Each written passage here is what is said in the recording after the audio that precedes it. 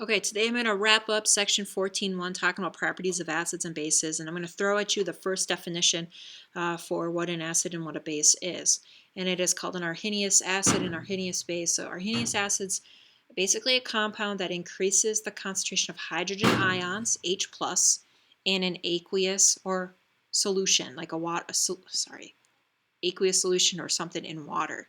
A base, instead of increasing hydrogen ions, it's going to increase hydroxide ions, which are OH negative, in an aqueous solution or in the presence of water.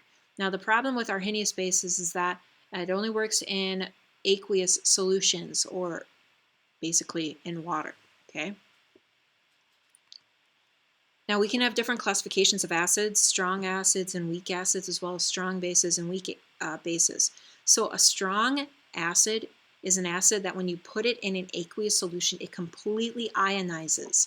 So what I mean by ionizes is that it's going to like separate from each other, okay?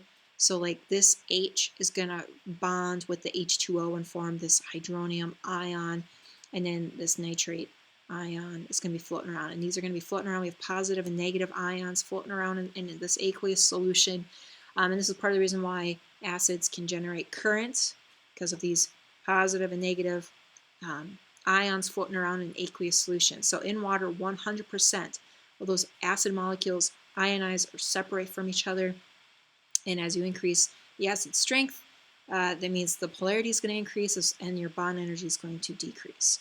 Now, weak acids are acids that only release a few hydrogen ions when you put them in aqueous solutions. So the key difference is you see an arrow here that's double.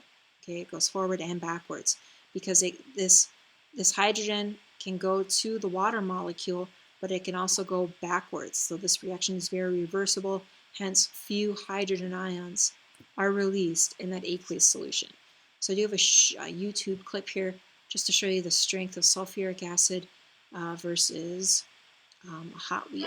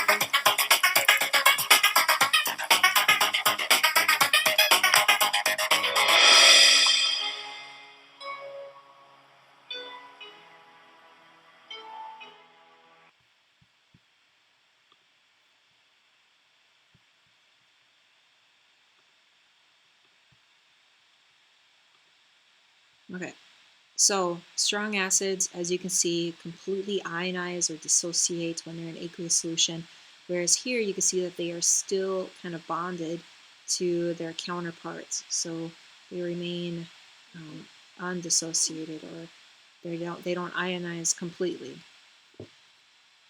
Okay, aqueous solutions of bases. So a lot of bases are mostly ionic compounds.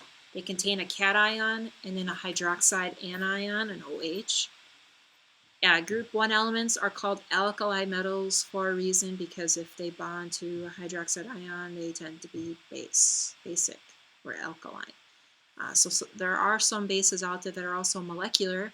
They are not ionic, they are molecular, like NH3. That is a great example of a molecular base. But again, bases can dissociate, depending if they're strong or weak, and they float around and they can conduct the electric current as well. So we have strong bases and weak bases. So a strong base means it just ionizes completely in that aqueous or water solution. So here's sodium hydroxide, put it in water and it will completely dissociate. Here's a weak base. Notice the double arrows again. So NH3 plus water can form NH4 plus and hydroxide, but it has the ability for that hydrogen